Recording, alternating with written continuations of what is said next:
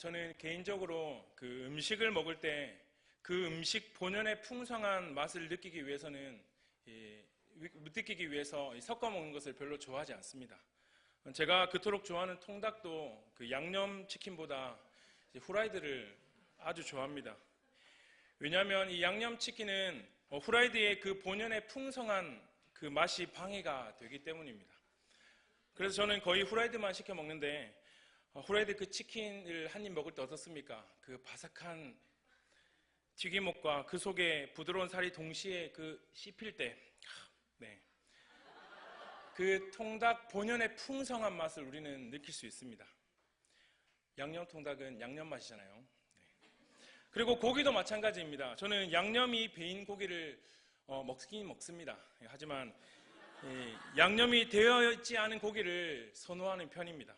불판에 삼겹살이든 안심이든 그 양념이 되지 않은 고기를 구워 이 참기름이나 소금에 살짝 찍어 먹을 때 그 이빨 사이로 그 육즙이 나올 때 양념만 말고 그 고기 자체의 맛, 그럴 때 고기 본연의 맛을 느낄 수 있습니다. 양념고기는 양념통닭과 마찬가지로 양념 맛 아닙니까? 그리고 마지막으로 커피입니다. 저는 한 번씩 단 거 먹기도 합니다. 카라멜 마키아토도 먹고, 초콜릿이 들어간 것도 먹고, 바닐라 라떼 이런 것도 먹습니다. 제가 20살 때 부산에 와서 처음으로 스타벅스라는 곳에 가봤었습니다.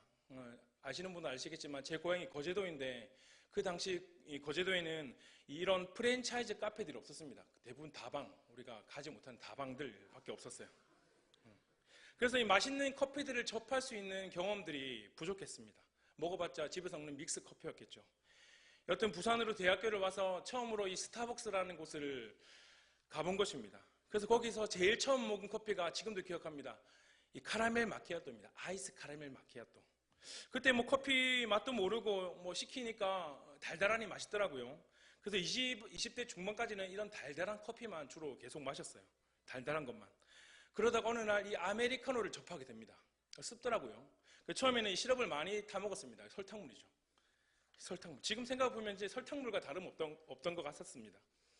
여튼 처음에는 이 커피콩을 갈아서 먹는 이 커피의 본연의 맛을 느끼지 못하다가 계속해서 차차 먹다 보니까 그 맛을 느끼기 시작했습니다.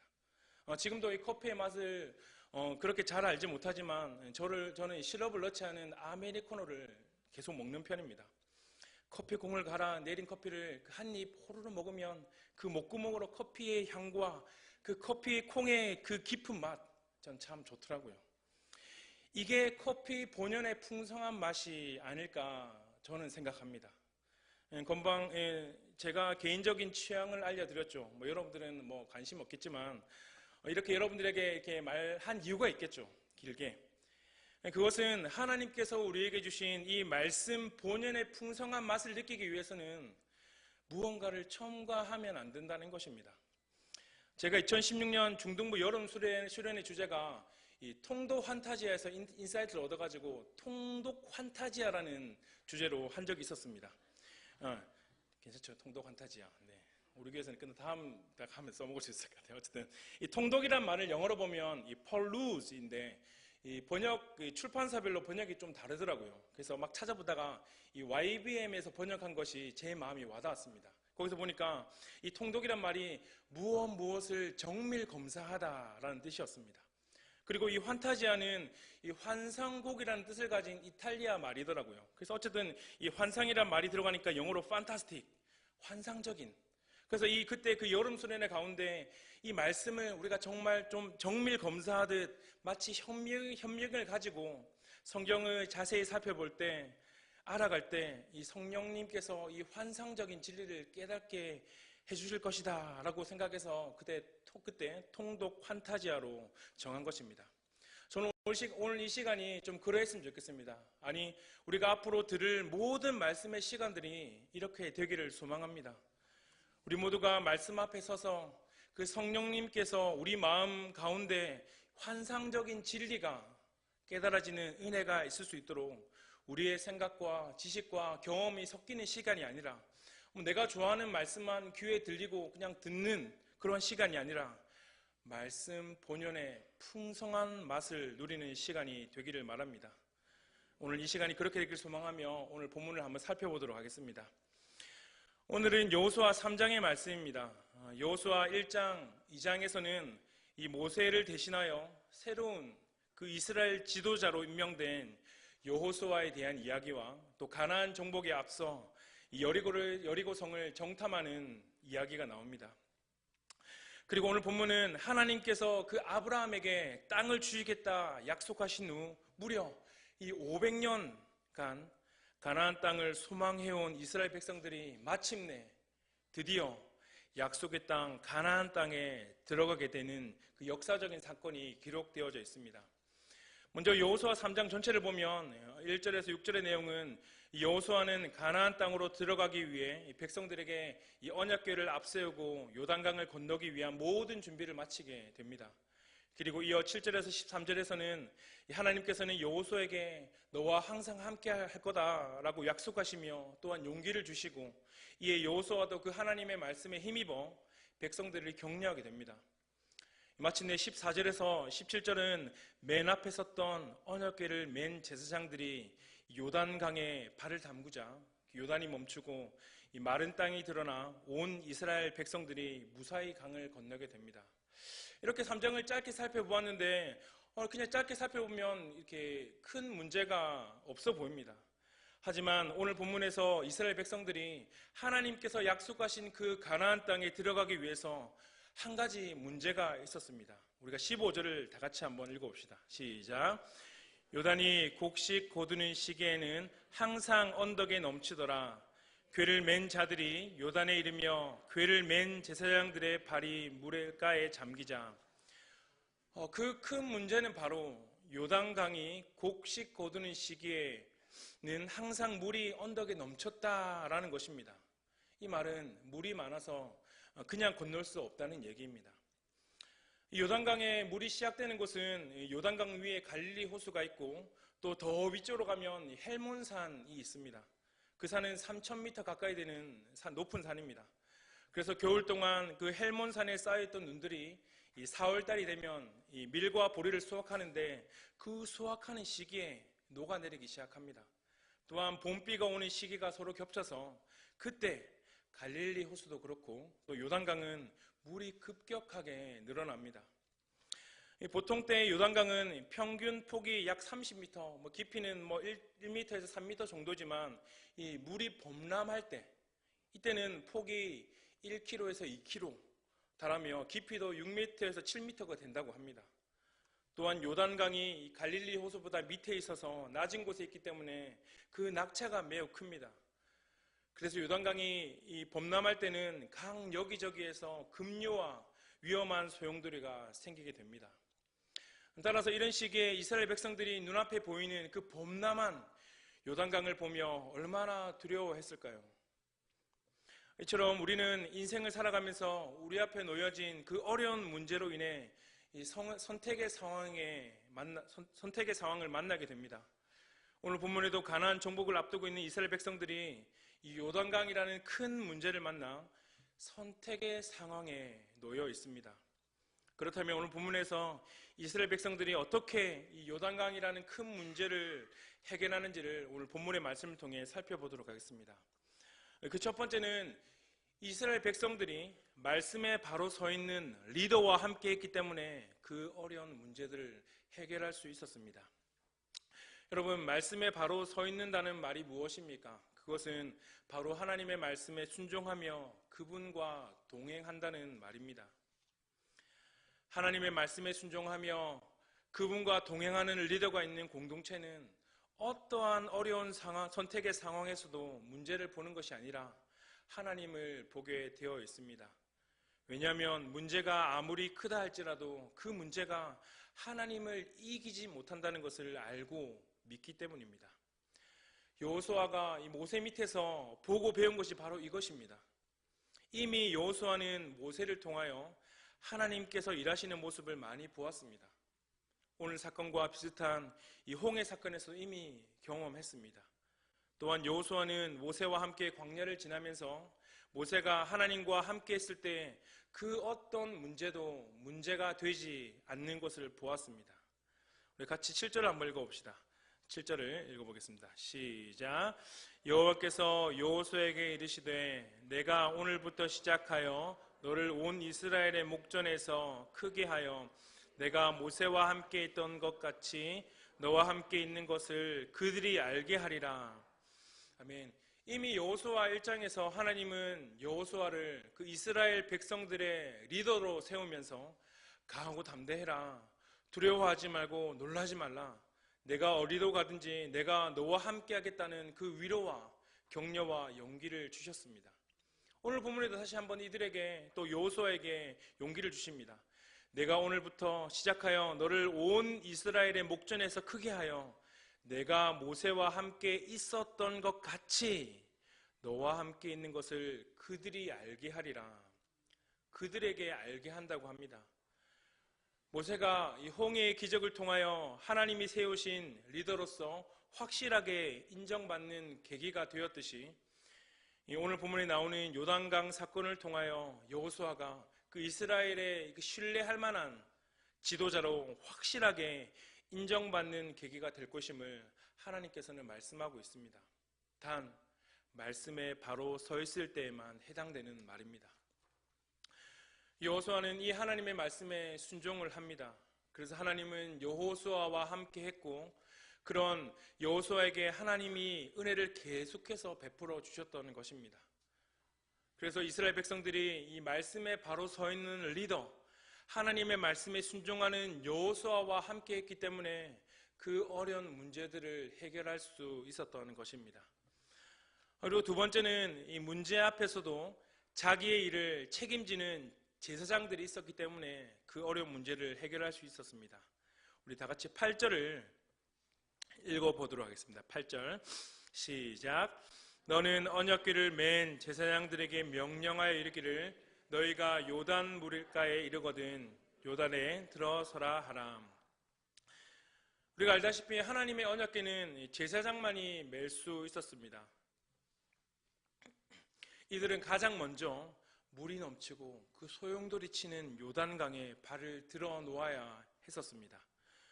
우리가 한번 상상을 해봅시다. 그들의 심정이 어땠을까요? 아니 여러분들은 기분이 어떠했을 것 같습니까? 아마도 그 물이 넘치고 소용돌이 치는 강을 보며 근데 저기 내가 휩쓸려 가는 것을 아니까 라는 두려움이 있었을 것입니다. 하나님은 이러한 상황에서 여호수아를 통해 제사장들에게 명령하고 있습니다. 그것은 요단에 들어서라 라고 말입니다. 인간적인 마음으로 또 인간적인 시선으로 그 상황을 바라볼 때는 두려움이 가득하죠. 과연 가능할까 의심하게 될 것입니다. 하지만 그들은 언약궤를 메고 가장 먼저 발을 들여 놓아야 한다는 그 하나님의 말씀을 신뢰하며 믿고 순종하게 됩니다. 문제를 문제로 여기지 않았던 것이죠. 만약 그 제사장들이 이 문제를 문제로 여기고 이 물이 넘치고 소용돌이 치는 요단강을 바라보았다면 아마 불가능했을 것입니다. 하지만 이들은 하나님의 말씀에 믿음으로 한 걸음 한 걸음 나아갔습니다. 문제를 문제로 여기지 아니하고 전능하신 하나님만을 바라보며 믿음의 발걸음을 걸어 나간 것입니다. 그것도 잠깐 서 있는 것이 아니라 이스라엘 백성들이 강 모두 건널 때까지 말입니다. 이처럼 제사장들의 믿음, 자신들의 본분을 잊지 않고 끝까지 책임진다는 이것이 참된 신앙의 모습입니다.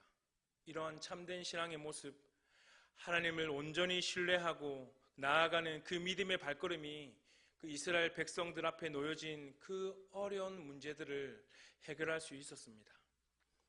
마지막으로 세 번째는 이스라엘 백성들의 순종이 그 어려운 문제를 해결할 수 있었습니다. 그리고 5절을 한번 다 같이 읽어봅시다. 5절 시작. 여호수아가 또 백성에게 이르되 너희는 자신을 성결하게 하라. 여호와께서 내일 너희 가운데 기이한 일들을 행하시리라. 아멘. 이 이스라엘 백성들의 순종은 이미 요단강에 발을 딛기 전부터 이루어졌습니다. 그들은 아침 일찍 일어나 요단강을 건너겠다는 여호수아의 말에 따라 자신들의 장막을 정리합니다. 이것은 곧 하나님께서 허락하신 리더인 여호수아의 말대로 순종하겠다는 표현이죠. 이것은 곧 하나님께 대한 순종이기도 합니다. 그리고 여호수아가 그 가나안 땅을 앞에 두고 이스라엘 백성들에게 성결하라라고 말합니다. 이 성결, 거룩은 이 세상적인 것에서 분리를 말하는 것이죠. 하지만 이러한 행동은 어디 외부에서 강제적으로 이루어지는 것이 아니라 이들이 자발성에 의해서 행하여졌음을 알 수 있습니다. 우리가 좀 생각해 봅시다. 하나님을 믿지 않는 자들에게 당신은 거룩해야 합니다. 당신은 세상적인 것에서 분리되어야 합니다. 빛으로 나와야 됩니다. 라고 말한다면 그 사람이 어떻게 대답할까요? 뭔 소리고? 거룩이 뭔데? 세상적인 것이 뭔데? 라고 다시 우리에게 되물을 것입니다. 그렇죠. 오늘 본문을 보면 하나님의 말씀을 받은 여호수아가 이스라엘 백성들에게 너희들은 거룩해야 한다라고 선포할 때 그것이 강제적으로 한 것이 아니라 이들은 하나님을 믿고 신뢰하는 공동체였기 때문에 자발적으로 그 거룩함을 향해 나아갈 수 있었던 것입니다. 그래, 우리 하나님은 죄를 싫어하시지. 우리 안에 이 약한 마음과 우리 안에 이 죄악된 마음들을 싫어하시지. 그래, 우리가 회개하자. 그래, 나의 마음을 정결케 하자. 내가 하나님께 기쁨이 되어야지 라는 결단을 한 것입니다. 이렇게 이스라엘 백성들은 모두 자발적으로 그 하나님의 말씀에 순종함으로 한 명도 빠짐없이 성결하게 하고 또 하나님의 말씀을 신뢰하며 장막을 걷고 일찍이 요단강 앞으로 나오게 됩니다. 이제 이스라엘 공동체가 요단강을 건널 준비가 다 끝나고 말씀에 따라 움직입니다. 제사장들이 법궤를 메고 강물이 넘치고 소용돌이 치는 강물에 발을 들여놓습니다. 그 순간 갑자기 위에서 흐르던 물이 멈추고 강이 마른 일이 벌어집니다.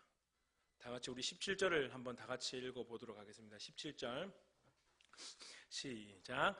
여호와의 언약궤를 맨 제사장들은 요단 가운데 마른 땅에 굳게 섰고 그 모든 백성이 요단을 건너가기를 마칠 때까지 모든 이스라엘은 그 마른 땅으로 건너갔더라. 아멘. 그래서 모든 이스라엘 백성들은 이 강물이 넘치고 이 소용돌이 치던 강을 마른 땅으로 건너가게 됩니다. 한 명도 빠짐없이요. 오늘 본문에 나오는 이스라엘 백성들과 같이 우리의 삶에서도 많은 어려운 선택의 문제들 앞에 놓여 있게 됩니다. 우리는 그렇게 살아가고 있습니다. 이러한 상황 속에서 여러분들의 선택의 기준은 무엇입니까?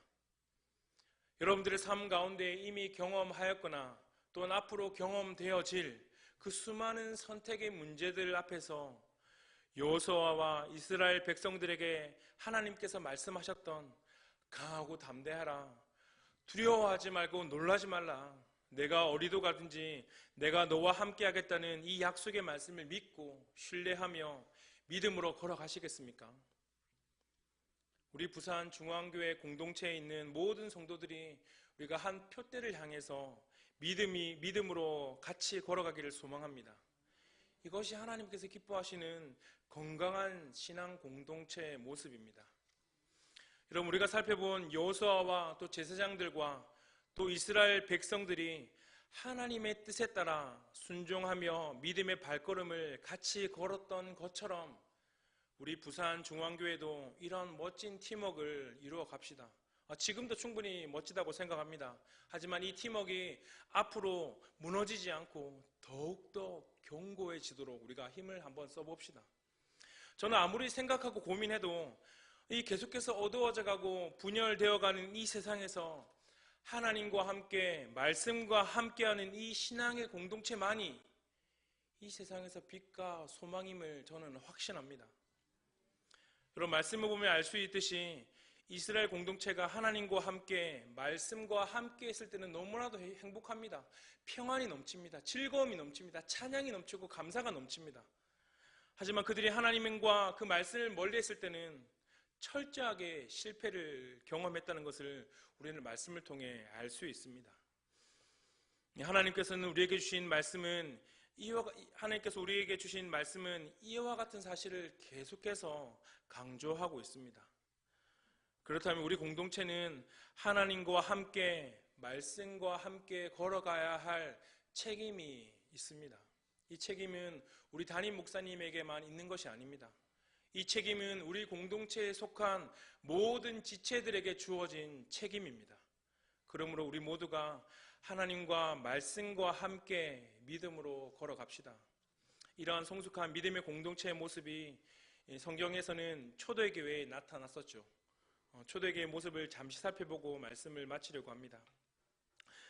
제가 사도행전 2장 44절부터 47절을 세 번역으로 한번 읽어드리겠습니다. 믿는 사람은 모두 함께 지내며 모든 것을 공동으로 소유하였다. 그들은 재산과 소유물을 팔아서 모든 사람에게 필요한 대로 나누어 주었다. 그리고 날마다 한 마음으로 성전에 열심히 모이고 집집이 돌아가면서 빵을 떼며 순전한 마음으로 기쁘게 음식을 먹고 하나님을 찬양하였다. 그래서 그들은 모든 사람에게서 호감을 샀다. 주님께서는 구원받는 사람을 날마다 더하여 주셨다라고 말하고 있습니다. 뭐라고 말씀하고 있습니까? 먼저는 예수님을 믿은 사람들이 모여서 예수님의 뜻에 따라 서로가 서로를 존중하며 도우며 사랑하는 공동체가 되었죠. 그래서 47절에 보니까 그들이 모든 사람에게 호감을 샀다라고 말씀하고 있습니다. 우리가 한번 생각해 봅시다. 예수님을 믿은 사람들끼리만 모여서 서로 존중하고 도우며 사랑하며 지냈는데 다른 사람들에게 호감이 되었을까요? 아니겠죠. 그들은 그들 안에 가졌던 그 예수님의 마음을 가지고 주위의 이웃들을 섬기며 사랑했을 것입니다. 그렇게 예수님의 마음을 가지고 주위의 이웃들을 섬기며 사랑했을 때 그 예수님의 사랑이 흘러가고 또 그들도 예수님을 만날 수 있었을 것입니다. 사랑하는 여러분, 우리 공동체도 이러한 예수님의 마음을 품은 공동체가 되었으면 합니다. 그러나 정말 중요한 것은 먼저 공동체라는 이 큰 것에 집중하는 것이 아니라 여러분 개개인이 먼저 예수님을 만나고 또 예수님의 마음을 품고 예수님의 뜻을 따라 그 믿음과 신앙이 주님 안에서 건강하게 잘 자라가야 합니다. 여러분 모두에게 이러한 자라감의 은혜가 있기를 소망합니다. 그리고 그 예수님을 만나 여러분들의 그 아름다운 마음, 선한 마음들이 모여서 그 모인 곳에서 주님의 은혜가 나누어지고 또 예수님을 따라 사랑하고 하나님이 가르쳐준 한 가지 내 이웃을 내 몸과 같이 미움, 다툼, 시기, 질투 버리고 우리 서로 사랑하는 그 이웃을 사랑하는 공동체가 되기를 소망합니다. 이것이 하나님과 함께 말씀과 함께하는 건강한 신앙 공동체의 모습입니다. 이러한 공동체야말로 이 교회의 울타리를 넘어 세상으로 나아갔을 때 하나님의 선한 영향력을 드러내는 강력한 도구가 될 것입니다. 이스라엘 역사 속에 함께 하셨던 하나님은 지금도 졸지도 주무시지도 않으십니다. 하나님께서는 오늘도 우리 개개인과 또 우리 부산 중앙교회 우리 공동체와 함께 하십니다. 여러분, 우리 모두 말씀 앞에 바로 섭시다. 하나님의 말씀에 순종하며 그분과 동행합시다. 여러분, 이러한 삶을 우리가 선택합시다. 이러한 삶을 살아갈 때 우리 개인과 공동체 앞에 놓여진 많은 선택의 문제들이 더 이상 문제가 되지 않을 것입니다. 또한 우리의 선한 영향력, 이 강력한 선한 영향력을 통하여 맛을 잃은 세상에 정말 맛을 내고 어두운 세상에서 빛으로 환하게 밝히는 삶을 살아갑시다. 그래서 우리 모두가 하나님과 함께 또 말씀과 함께 든든히 세워져가는 우리 개개인과 또 우리 부산 중앙교회 공동체가 되기를 간절히 소망합니다.